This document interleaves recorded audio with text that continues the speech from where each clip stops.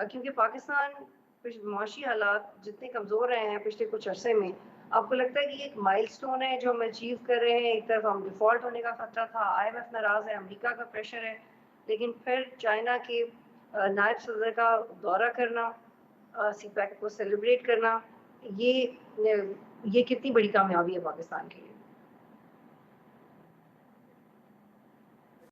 دھیان دینا چاہیے گا پڑے گا کہ جب وہ وائس جو ان کے پرائم منسٹر پاکستان آ رہے ہیں تو ہمیں فیوچر اورینٹڈ جو پروگرام ہے اس کو ہم کیسے فائنلائز کر سکتے ہیں. اس میں 2-3 چیزیں بڑی اہم ہوں گی اگر گورنمنٹ آف پاکستان اس پہ دھیان دے.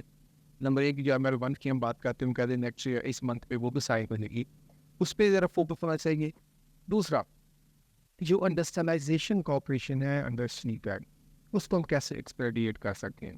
لیکن چائنا کی طرف سے بارہا یہ چیز کہی گئی ہے کہ چائنا سیکنڈ فیز میں اس کوآپریشن کو انڈسٹریل کوآپریشن کو انہینس کرنا چاہتے ہیں، کیونکہ جو ریئل بینیفٹ ہے پاکستان کے لیے وہ انڈسٹریلائزیشن پروسیس سے آئیں گے. کیونکہ جیسے انڈسٹری کرے گی، ہماری فوڈ بڑھنے گی، ہماری ارننگس ہوگی، تو ہماری جو ڈپینڈنس ہے IMF وغیرہ دوسری انسٹیٹیوشن پہ وہ کم ہوتی جائے گی. دوسری جو اہم چیز ہمیں نظر آئے گی اس وقت جو جس میں میرا خیال کا بات چیت ہو رہی ہوگی، پاکستان نے بھی ایک اسپیشل انویسٹمنٹ ایکسلریٹنگ سینٹر بنایا ہے جس میں پاکستان نے بہت ساری مراعات بھی دی ہیں اور اس کو ون ونڈو کا بھی کہہ رہے ہیں. تو نیشنل سے بات ہوگی کہ جو سی پیک سے ریلیٹڈ کام ہے اس کو 2 طرح کے ساتھ دیکھا جائے. نمبر 1 کہ اس کام کو جو SICFC کے جو کام ہے اس کے کیسے کوآرڈینیٹ کیا جائے. دیکھیں سی پیک میں بھی ہم بات کرتے ہیں ایگریکلچر کوآپریشن کی، جس میں بات کرتے ہیں جو ماڈرنائزیشن ایگریکلچر کریں گے، جس کے تو چائنا نے کمٹ کیا تھا، اس میں پرومس کیا تھا فیور 9 ڈفرنٹ قسم کی لیب بنائیں گے، ریسرچ انسٹیٹیوشن بلڈ کریں گے فار ایگریکلچر، اور اس میں وہ بھی کافی حد تک اس میں کام کر بھی رہے ہیں. تو دوسرا اس پہ یہ تھا کہ ہم اپنے ایگریکلچر پریکٹسز کو ماڈرنائز کریں گے، پھر سیڈ اچھا آئے گا، طرح کچھ آئے گا. یہی چیزیں ہمیں ایگریکلچر میں نظر آتی ہیں SIFC کے اندر. تو اب دونوں میں لنک کیسے پیدا کرنا ہے؟ مطلب یہ تو نہیں نہ ہو سکتا کہ ایک آپ آدھی مسجد ادھر بنا دیں، آدھی مسجد ادھر بنا دیں، تو آپ ایک جگہ پہ یونائٹ نظر آنا پڑے گا.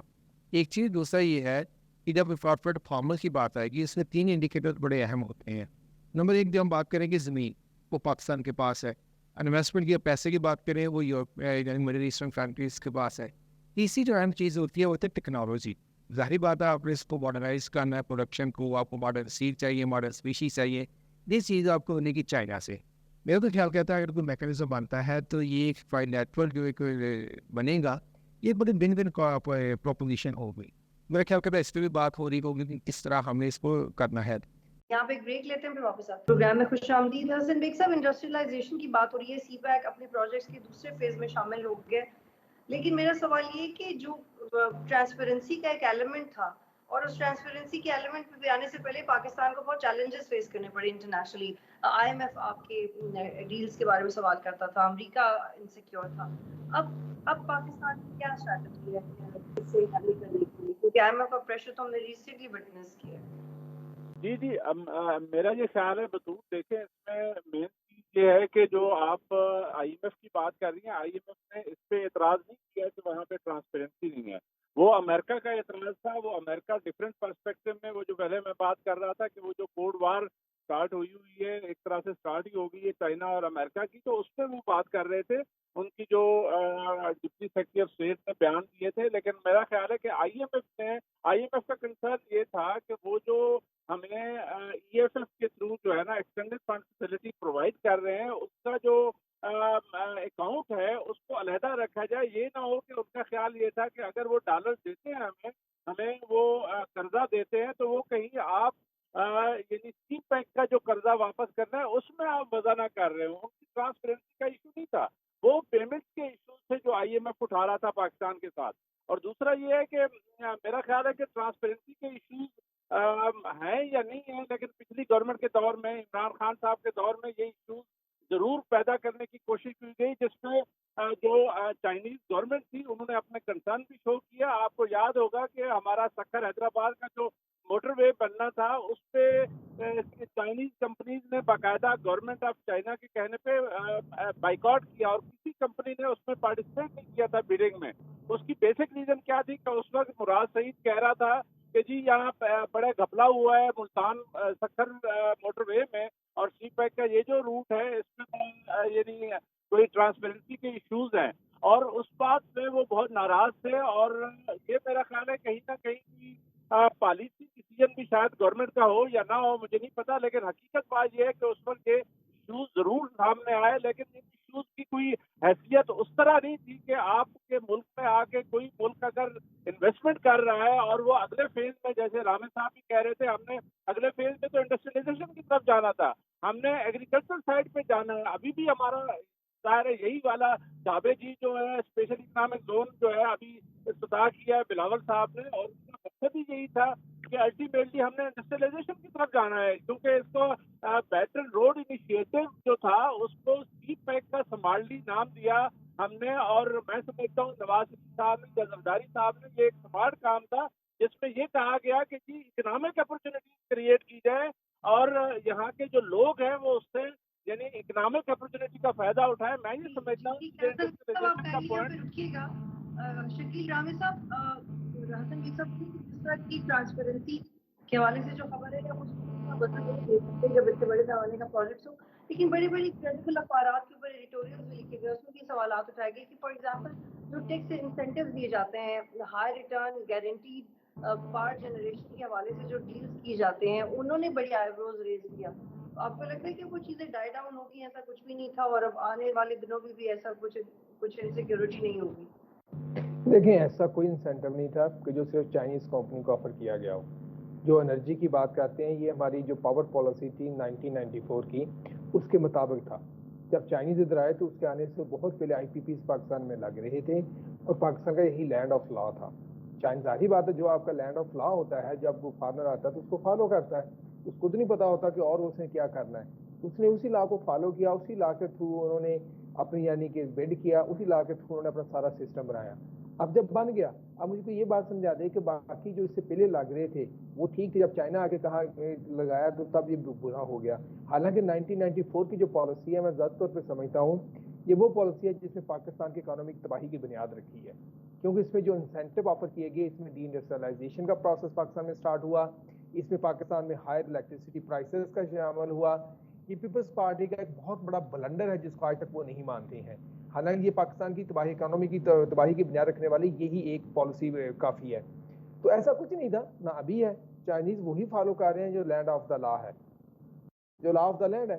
اگر پاکستان کے جن کے لا میں کوئی کمی ہے تو اس میں چائنیز کا تو کوئی قصور نہیں ہے نا، وہ تو ہمیں سجیسٹ کر سکتے ہیں یعنی کہ آپ ٹھیک کریں، ہم وہ نہیں کرتے، ہم ریفارم نہیں کرتے۔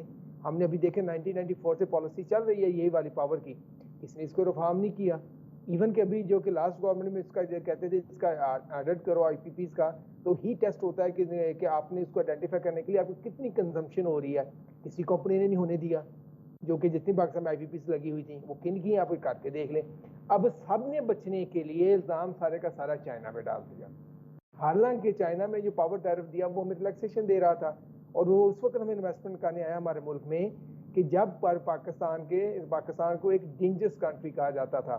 ہمارے جو الائز ہیں جن کو ہم وار آن ٹیرر میں جن کی ہم مدد کر رہے تھے، پورا اپنا خون بہا رہے تھے، ہماری اکانومی تباہ ہو رہی تھی، وہ میڈیا کمپین چلا رہی تھی پاکستان نہیں جانا، پاکستان بہت ڈینجرس کنٹری ہے۔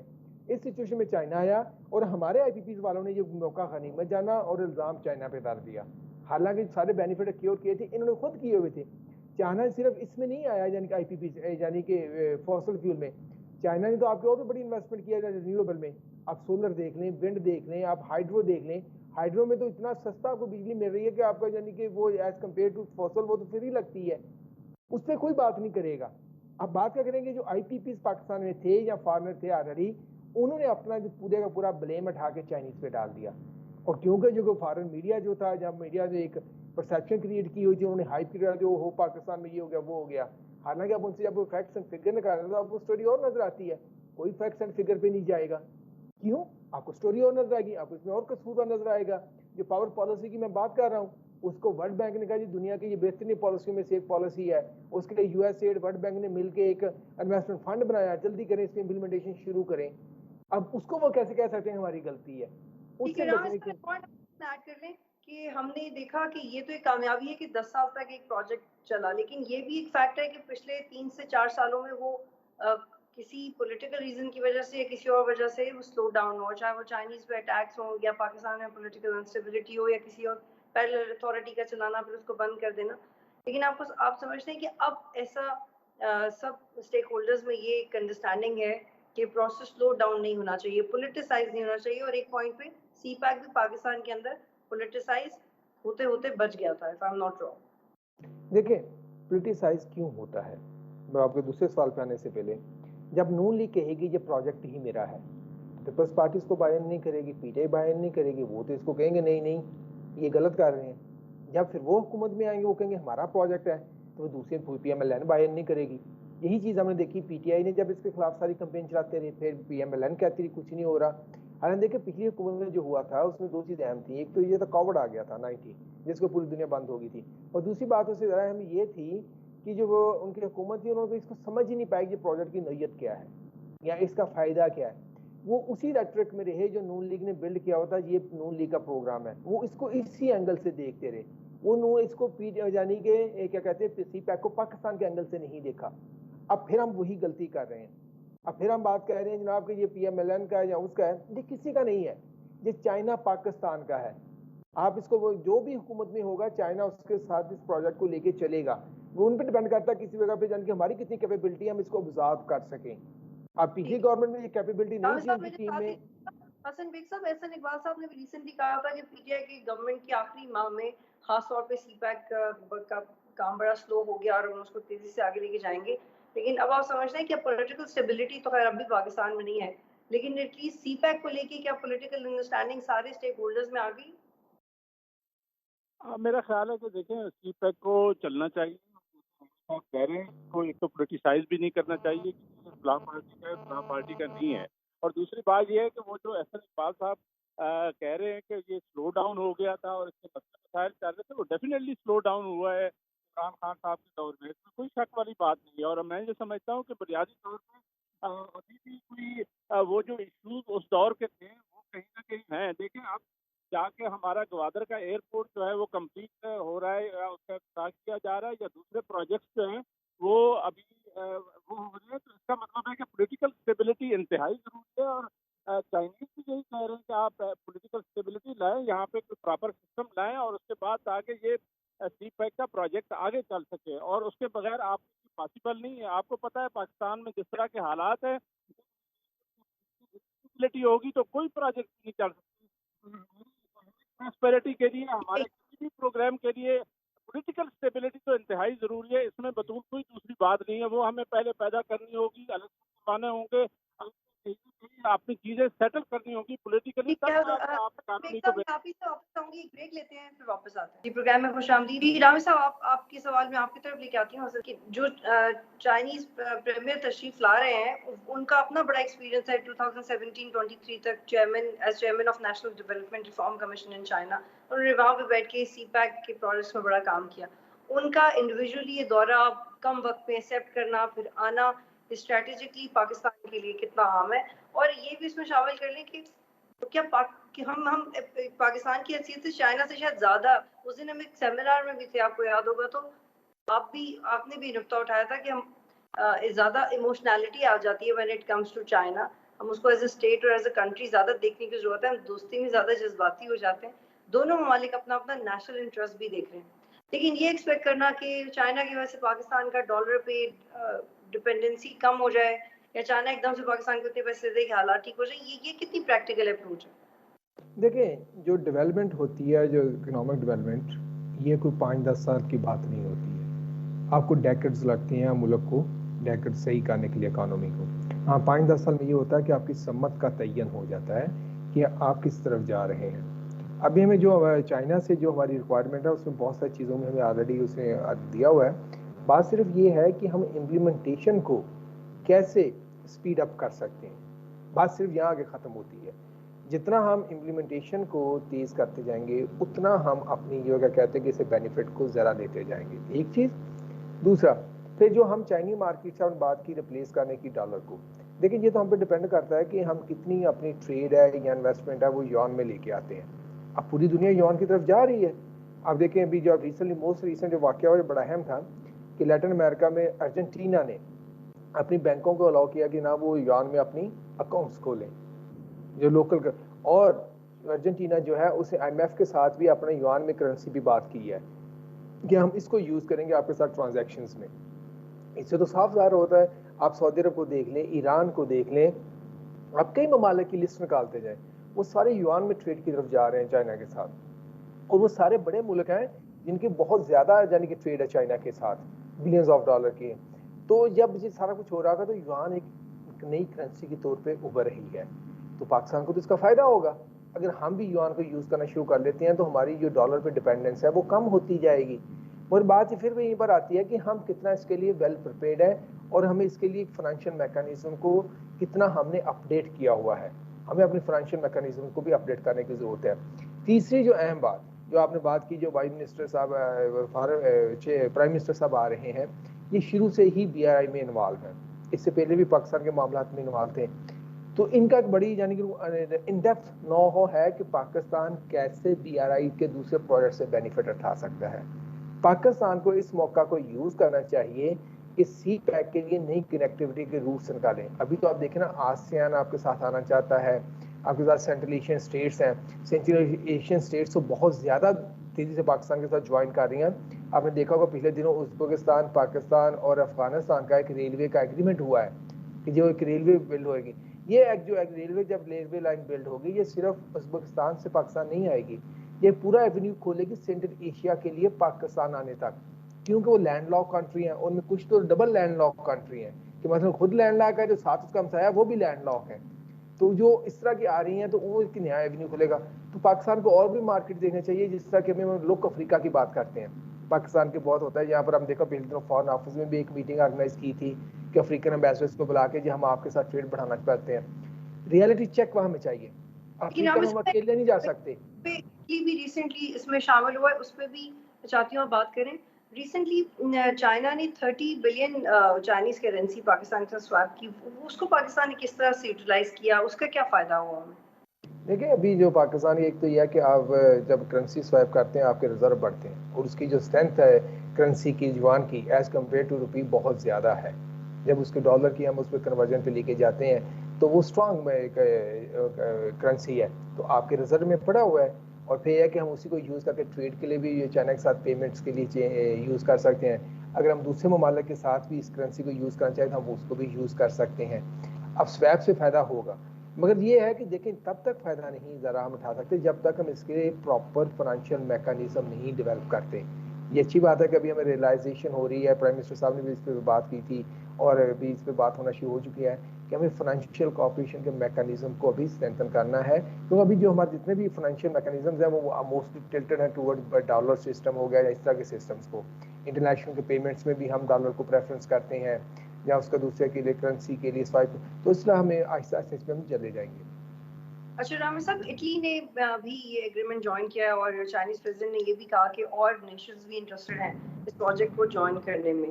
تو یہ آپ دیکھ رہے ہیں کہ جس طرح یہ اس پروجیکٹ کا سائز بڑھ رہا ہے، جیسے اور نیشنز اور کنٹریز اس میں انٹرسٹ لے رہے ہیں، اور جتنا چائنا کا انٹرسٹ افغانستان میں، پاکستان بھی اپنی معاشی پالیسیز کو اسی طرح ایڈریس کر رہا ہے یا ایٹ لیسٹ اس معیار.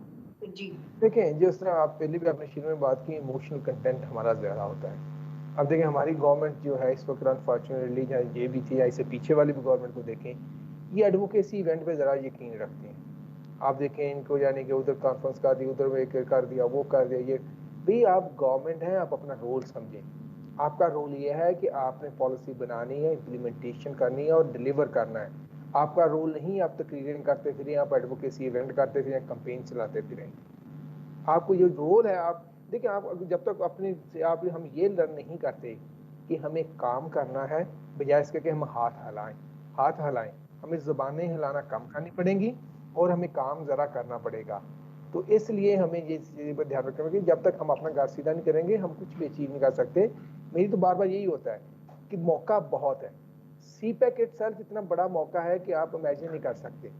اس میں ہم یعنی کہ ابھی تو بڑی انیشیل چھوٹی سی انویسٹمنٹ ہوئی ہے. ابھی تو وہ جو ریل آنے کی بات کر رہے تھے 3 ڈائمینشنل نیٹ ورک کے تھرو، جو کہ $58 بلین کی جو ٹرین کیا کہتے تھے ادھر لے کے آئیں گے پاکستان کنیکٹ ہو رہی ہے. بہت موقع ہیں. بات یہ ہے کہ ہم کب امپلیمنٹیشن کرنا شروع کریں گے. پہلے ہم انڈسٹریلائزیشن تو کو لیں، انڈسٹریلائزیشن کریں گے تو دوسری سٹیج پہ جائیں گے نا. اس پہ زیادہ کام بھی کیا ہوا ہے، آئی ایم شیور آپ نے سائٹس بھی دیکھی ہیں. لیکن جو 2018 والا فیز ہے، آپ کو لگتا ہے کہ جو یہ اگر یہ کمپلیٹ ہوا ہے تو اس سے لوگ کتنا فائدہ اٹھا رہے ہیں, کس طرح کا فائدہ لوگوں کو مل رہا چلو ہے؟ میں آپ کو ایک چھوٹی سی مثال دوں گا, باقی لمبی چوڑی میں نہیں جاؤں گا. 2014 میں پاکستان کی لوڈ شیڈنگ وجہ سے 4 سے 5 بلین US ڈالر کا نقصان ہو رہا تھا. ہم نے اس کو کور کیا. اگر سی پیک نہ آتا, میں ابھی آپ کو سینیریو بنا کے بتانے کی کوشش کرتا ہوں, اگر سی پیک نہ آتا تو اس وقت جو ہماری پاپولیشن تھی 188 ملین لوگ تھے, 188 ملین لوگ. آج ہماری پاپولیشن کتنی ہے؟ 230 ملین. آپ کے آلموسٹ 50 ملین لوگ بڑھ گئے. ایک چیز, اس وقت ہماری پر کیپٹا جو کنزمپشن تھی الیکٹریسٹی کی وہ 431 کلو واٹ پر آور تھی, اور آج کتنی ہے؟ 644. اب امیجن کریں کہ سی پیک نہ ہوتا, اتنی پاپولیشن بڑھ گئی, اتنی کنزمپشن بڑھ گئی, تو پھر آپ کی الیکٹریسٹی کا کیا حال ہوتا؟ کیا وہ جو نقصان تھا, وہ جو ہم نے کیلکولیشن کر رہے تھے, رف کیلکولیشن, وہ بتا رہا ہے کہ 15 to 20 بلین US ڈالر کا پر یہ نقصان ہو رہا تھا پاکستان کو. اب لیکن یہ بات کانٹیکس سے پوچھ رہی ہوں کہ پھر جو بلوچستان میں خود کچھ ایسے طبقے ہیں, گوادر کے کچھ ایسے لوگ ہیں جو ابھی تک اسے ناخوش نظر آتے ہیں, اس کو ایڈریس کیجیے گا. یہ کیا وجہ ہے کہ اب تک وہ سمجھتے ہیں کہ وہ ان کو ان کا حق نہیں مل رہا, یا یہ ٹھیک سے ایڈریس نہیں ہو رہا؟ ہم پاکستان میں تو بہت سمجھنے کی کوشش کرتے ہیں, اس پروجیکٹ کو انکریج بھی کرتے ہیں, ہم لوگ ہمارے میں سے بیشتر لوگ وہاں جاتے ہیں, دکھاتے بھی ہیں, لیکن انٹرنیشنلی یہ ہی رپورٹ ہوتا رہتا ہے کہ جی وہاں کے لوگوں کو کانفیڈنس میں نہیں لیا گیا. دیکھیں ایک بات تو یہ ہے کہ ایک بات تو یہ ہے کہ ابھی شہباز شریف صاحب جب گئے تھے گوادر, تو انہوں نے ان کا بہت بڑا مسئلہ لے کر کوشش کی ہے کہ جو فشرمین کمیونٹی ہے ان کو پیسے دیے ہیں تاکہ وہ ماڈرن انجن خرید سکیں اور فشنگ ان کی بیٹر ہو سکے. یہ ایک بہت بڑا قدم ہے ان کے ٹھیک کرنے کے لیے. دوسری بات یہ ہے کہ پاکستان میں جو پالیٹکس ہے ہمیشہ سے ایسی چلتی ہے کہ میرا مسئلہ حل نہیں ہوا, مجھے نہیں ملا, یہ نہیں ملا, وہ نہیں ملا. یہ ہماری پالیٹکس ایسی ہے, یہ کریڈٹ گیم جس کو آپ کہتے ہیں کہ پولیٹیکل پارٹی جو آپس میں لڑتی رہتی ہے. پھر جو کہ یہ کیا کہتے ہیں کہ بلوچستان میں کچھ ایسے ایلیمنٹس ہیں کہ جو چاہتے ہی نہیں ہے کہ جو دشمن کے ساتھ کچھ مل جاتے ہیں, جو دشمن کا پروپیگنڈا سیلز ہے وہ پورٹے کرتے ہیں کہ شاید ادھر لوگ ایسے کہہ رہے ہیں. دیکھیں گوادر میں دو چیزیں, ایک تو فشرمین کمیونٹی, اس کے مسائل ابھی حل ہونا شروع ہو گئے ہیں. دوسرا یہ تھا گوادر ماسٹر پلان جو پاکستان نے اس پہ ابھی امپلیمنٹیشن کا پلان شروع کیا ہوا ہے, اور اس میں ٹائم لگے گا. تیسری جو چیز ہے, یعنی کہ جو سامنے والی چیز ہے بلوچستان میں, جب تک روڈ کا نیٹ ورک نہیں بنے گا, اور وہاں پر ہمیں جو سب سے انویسٹمنٹ ایک تو نیٹ ورکنگ پہ کرنی ہے, دوسرا ایگریکلچر پہ, تو معدنیات تو ہے ہی ہیں. ٹھیک ہے, بہت شکریہ, بہت شکریہ رحمت صاحب, پروگرام میں جوائن کرنے کے. ناظرین اجازت دیجیے, اللہ حافظ.